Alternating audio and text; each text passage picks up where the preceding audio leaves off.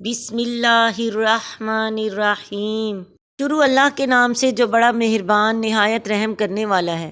حضرت ابوبکر صدیق رضی اللہ تعالیٰ عنہ سے روایت ہے، رسول اللہ صلی اللہ علیہ وسلم ارشاد فرماتے ہیں، جو شخص بسم اللہ الرحمن الرحیم ایک مرتبہ پڑھے، اللہ تعالیٰ اس کے نامہ اعمال میں 10,000 نیکیوں کا ثواب درج کرتے ہیں، 10,000 گناہ معاف ہو جاتے ہیں اور 10,000 درجات بلند ہوتے ہیں۔ قرآن مجید میں ارشاد ہے، اِنَّهُ مِن سُلَیْمَانَ وَأَنَّهُ بِسْمِ اللَّهِ الرَّحْمَنِ الرَّحِيمِ۔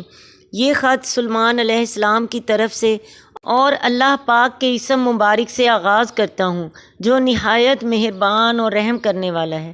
اسی طرح حضرت نوح علیہ السلام کی کشتی کے چلنے کا ذکر بھی قرآن مجید میں کیا گیا ہے۔ اللہ تعالیٰ نے ارشاد فرمایا، قَالَ ارْكَبُوا فِيهَا بِسْمِ اللَّهِ مَجْرِيهَا وَمُرْسَاهَا۔ اللہ تعالیٰ نے فرمایا، اس کشتی میں سوار ہو جاؤ، اللہ کے نام سے اس کا چلنا بھی ہے اور اس کا رکنا بھی۔ گویا کسی بھی ایسے کام کا آغاز جو جائز ہو تو اللہ تعالیٰ کا نام لینا اور اس سے شروع کرنا انبیاء علیہم السلام کی سنت مبارک ہے۔ یوں اس کام میں برکت پیدا ہو جاتی ہے۔ جب نبی پاک حضرت محمد صلی اللہ علیہ وسلم کوئی بھی کام کرتے تو اس کی ابتدا اللہ کے نام سے کرتے۔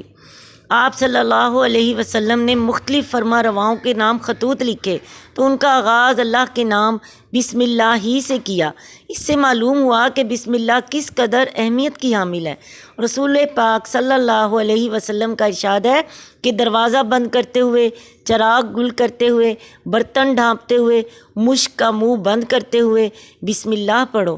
علامہ قرطبی رحمہ اللہ نے لکھا ہے کہ کھانے پینے، ذبح کرنے، وضو کرنے، کشتی میں سوار ہونے، غرض ہر صحیح کام کرنے سے پہلے بسم اللہ پڑھنا مستحب ہے۔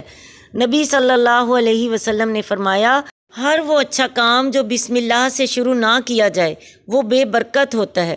سنن ابن ماجہ کی حدیث ہے۔ بسم اللہ کے فوائد کے نام سے علیحدہ سے ویڈیو ہے، سبق کو بڑھاتے ہیں۔